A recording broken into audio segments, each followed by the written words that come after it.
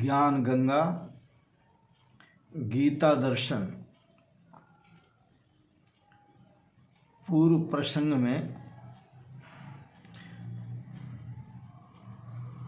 हे कुंती नंदन, तुम श्रवण कर रहे थे स्वस्वरूपतया सर्वं वेद स्व अनुभवेन भारत। यह समस्त विश्व ब्रह्मांड अपना ही निजी स्वरूप है। आज आप श्रवण करेंगे मात्रा स्पर्शास्तु कौन्तेय शीतोष्ण सुख दुखदा आगमापायनो अनित्यास्तांस्तितिक्षस्व भारत। मनुष्य को सुख और दुख, सर्दी और गर्मी ये सताते हैं। क्यों? मात्रा स्पर्शास्तु, मात्रा स्पर्शास्तु, इंद्रियां और इंद्रियों के विषय, इनका जब संयोग होता है, इंद्रियां और इंद्रियों के विषयों का जब संयोग होता है तो उस संयोग से सुख भी मिलता है और दुख भी मिलता है, लाभ भी होता है और हानि भी होती है। मात्रा स्पर्शास्तु, हे अर्जुन, हे कुंती नंदन, शीतोष्ण सुख दुखदा, इंद्रियां और इंद्रियों के संयोग में आए हुए विषय, इंद्रियां इंद्रियों के विषयों का जो संयोग है, इनको तू सुख और दुख का कारण समझ, सर्दी और गर्मी का कारण समझ।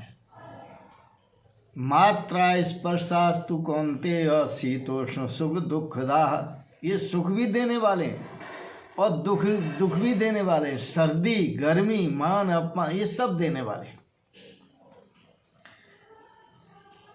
इसलिए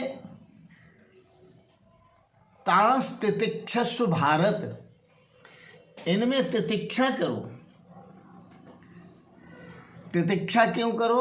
आगमा अपायनो अनित्यास, यह इंद्रियां और इंद्रियों के विषय आने जाने वाले हैं,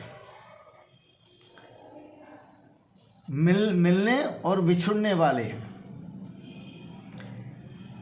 आगमा अपायनो अनित्यास, और ये अनित्य हैं। तांस तितिक्षस्व भारत, इसलिए हे अर्जुन, इनमें तितिक्षा करो, इनको सहन करो। यह मन को व्यथित करने वाले हैं। सुख दुख आदि जो द्वंद्व हैं, यह मन को व्यथित करने वाले हैं। जीव जब इन मन से इनका साथ करता है तो दुखी होता है, सुखी होता है। पर इनसे मुक्ति का उपाय सोचो, और मुक्ति का उपाय यह है कि इंद्रियों का और इंद्रियों के विषयों का चिंतन न करो।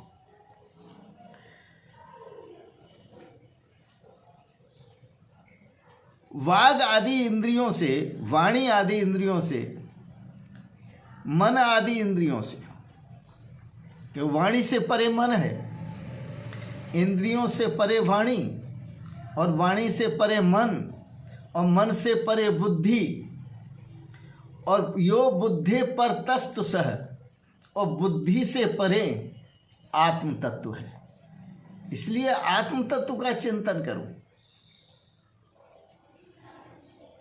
इंद्रियां दुख देती हैं, वाणी दुख देती है, मन दुख देता है, बुद्धि भी दुख देती है। तो ये सभी द्वंद्व देने वाले हैं, ये सभी सुख दुख देने वाले हैं, सर्दी गर्मी देने वाले हैं। इसलिए तुम अपने स्वरूप का चिंतन करो। इंद्रियों को वाणी में समाहित करो, वाणी को मन में समाहित करो और मन को बुद्धि में समाहित करो और बुद्धि को आत्मा में, महान आत्मा में समाहित करो और महान आत्मा को परमात्मा स्वरूप में समाहित करो। और ये निश्चय करो, ऐसा विचार करो कि मैं नित्य हूँ, शाश्वत हूँ, मैं निर्विकार हूँ। यह जगत, यह संसार बंध्यासुत है। बंध्या स्त्री के पुत्र ने कभी किसी को न सर्दी दी है न गर्मी दी है, न सुख दिया है न दुख दिया है। इसको बंध्या का सुत समझो और ऐसा अनुभव करो, वासुदेवम सर्वमिति। यह सब परमात्मा का स्वरूप है। मैं भी परमात्मा का स्वरूप हूं और यह जगत भी परमात्मा का स्वरूप है। तो जगत परमात्मा का स्वरूप, वासुदेव का स्वरूप है। तो क्या वासुदेव ने वासुदेव को कभी दुख दिया है, सुख दिया है? क्या वासुदेव ने वासुदेव को कभी सर्दी या गर्मी दी है? नहीं।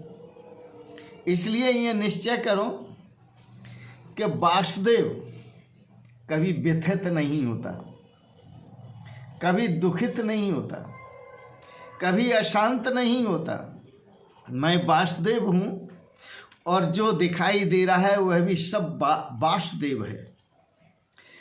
इसलिए अपनी दृष्टि को वासुदेवमय बनाओ, निर्विकार बनाओ और अपने स्वभाव में जियो।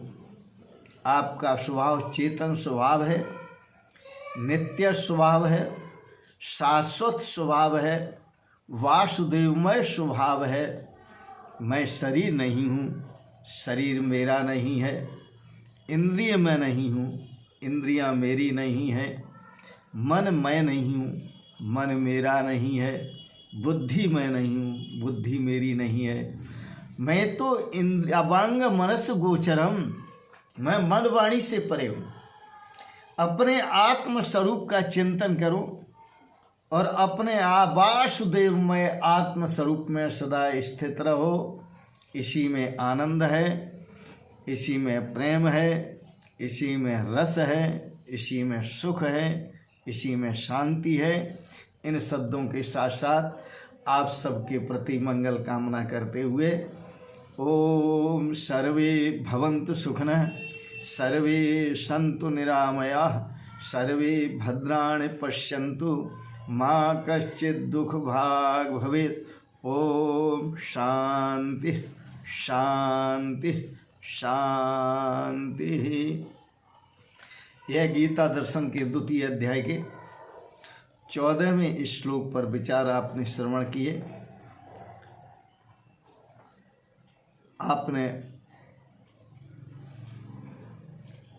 जो विचार श्रवण किए आपको अच्छे लगे, आप सब्सक्राइब करें,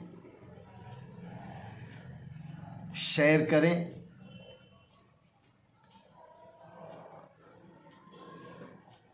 और अपने जीवन में आत्मनिष्ठ बने, ब्रह्मनिष्ठ बने। इन शब्दों के साथ साथ आप सभी को सादर प्रणाम। शिवोहम शिवोहम शिवोहम।